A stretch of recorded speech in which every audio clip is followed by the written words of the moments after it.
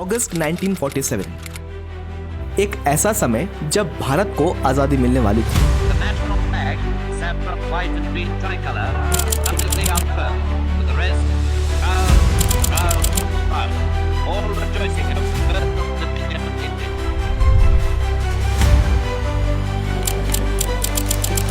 उस वक्त के ब्रिटिश इंडिया को दो हिस्सों में बांटने के लिए एक ऐसी लाइन ड्रॉ की गई जिसे आज भारत और पाकिस्तान अपना इंटरनेशनली रिकॉग्नाइज्ड बॉर्डर मानते हैं, जिसे रैटक्लिफ लाइन कहा जाता है। इस लाइन को अभी तक की सबसे क्रूशियल और one of the most dangerous geopolitical shifts के नजरिए से देखा जाता है, जिसकी वजह से रातों रात लाखों लोगों को अपना खुद का घर छोड़कर जाना पड़ा। But beyond this initial division एक और लाइन इंट्रोड्यूस हुई जिसे हम और आप LOC यानी लाइन ऑफ कंट्रोल के नाम से जाना करते हैं। ये लाइन सालों से भारत और पाकिस्तान के बीच की टेंशंस और एक इंटरनेशनली रिकॉग्नाइज्ड बॉर्डर डिस्प्यूट से अपने आप को रिप्रेजेंट करती आई है। इस वीडियो में हम समझेंगे इन दोनों बाउंड्री लाइंस के बारे में, आखिर कैसे ये एक दूसरे से अलग हैं और आज भारत के मैप में हम इन्हें कहां-कहां देख पाते हैं।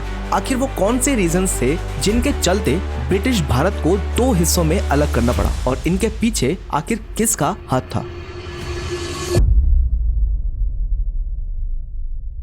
Hello learners, welcome to topics. मेरा नाम है नवीन कुमावत।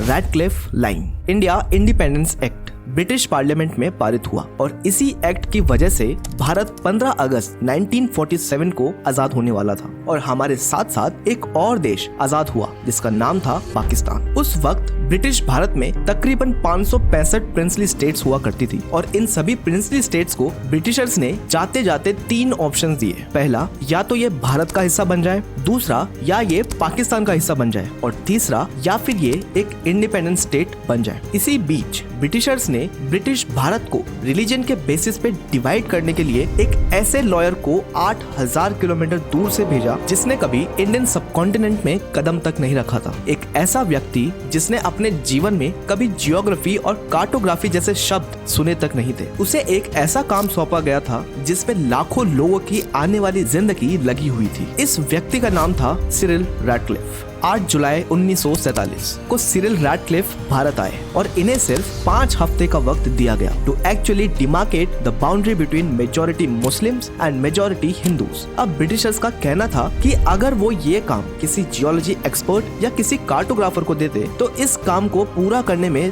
2 से 3 साल लग जाते। अब क्योंकि भारत में हो रहे प्रोटेस्ट इतने बढ़ चुके थे कि ये काम उन्हें किसी भी कंडीशन में 5 हफ्ते में चाहिए था और इसी जल्दबाजी में हमें एक ऐसी बाउंड्री लाइन देखने को मिली जिसे एक्सपर्ट्स आज भी एक मेजर ब्लंडर मानते हैं, जिसका नाम था रैटक्लिफ लाइन। 9 अगस्त 1947 को ये लाइन फाइनलाइज्ड की गई। 16 अगस्त 1947 को इसे सरकार के समक्ष रखा गया और 17 अगस्त को इसे जनता के लिए प्रकाशित कर दिया गया। इसका मतलब 14 और 15 अगस्त जिस दिन भारत और पाकिस्तान अपना आजादी का जश्न बना रहे थे, उस वक्त दोनों देशों को अपनी बाउंड्री तक पता नहीं थी। They did not even know कि कौन सा इलाका, कौन सी डिस्ट्रिक्ट भारत में रहेंगे और कौन से पाकिस्तान में। अब वेस्टर्न साइड पे बॉर्डर को डिमार्केट करना रैटक्लिफ के लिए ज्यादा आसान था क्योंकि उन्हें सिर्फ पंजाब, जो उस वक्त पर एक बहुत बड़ी प्रोविंस हुआ करती थी, सिर्फ उसे ही 2 हिस्सों में डिवाइड करना था क्योंकि वहाँ प्रेजेंट बीकानेर, जैसलमेर और जोधपुर जैसी प्रिंसली स्टेट्स ने भारत में मिल जाने का फैसला कर लिया था और इसी वजह से पंजाब के रीजन में हमें सबसे ज्यादा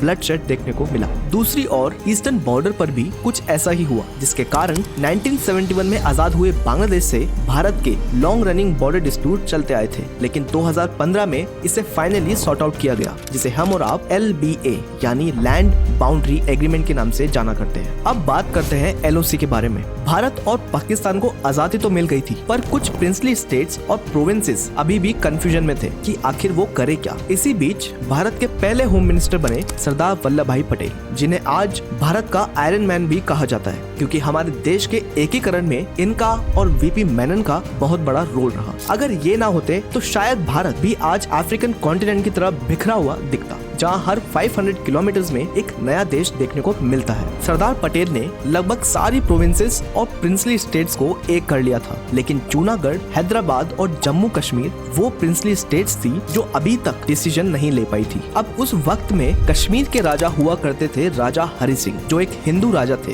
एक ऐसी स्टेट के जहां 70% जनता मुस्लिम कम्युनिटी से बिलोंग करती थी। अब क्योंकि भारत का पार्टीशन रिलीजन के बेसिस पे हुआ था, तो पाकिस्तान को पूरा भरोसा था कि कश्मीर पाकिस्तान का हिस्सा बनेगा, लेकिन हुआ कुछ और। कश्मीर के राजा हरि सिंह ने एक इंडिपेंडेंट स्टेट ही रहने का फैसला किया। अब लॉर्ड माउंटबेटन, जो भारत के आखिरी गवर्नर जनरल थे, जिन्हें काफी एक्सपीरियंस्ड और समझदार भी कहा जाता है, उन्होंने राजा हरि सिंह को ये एडवाइस दी कि वो एक इंडिपेंडेंट स्टेट तो बन सकते हैं, बट आज तक दुनिया में कोई कंट्री नहीं जो दो एनिमी कंट्रीज के बीच सरवाइव कर सकी हो। राजा हरि सिंह नहीं माने और देखते ही देखते पाकिस्तानी आर्म्ड फोर्सेस ने कश्मीर पे अटैक किया और लाखों कश्मीरियों को अपनी जान गंवानी पड़ी। अब क्योंकि राजा हरि सिंह की फौज इतनी बड़ी और ताकतवर नहीं थी, तो राजा हरि सिंह ने भारत से मदद मांगी। और अब क्योंकि कश्मीर भारत का हिस्सा नहीं था, तो भारत अपनी फौज किसी दूसरी इंडिपेंडेंट स्टेट में कैसे भेज सकता था। इसीलिए लेडीज एंड जेंटलमैन, कश्मीर ने आखिर में अक्टूबर 26, 1947 को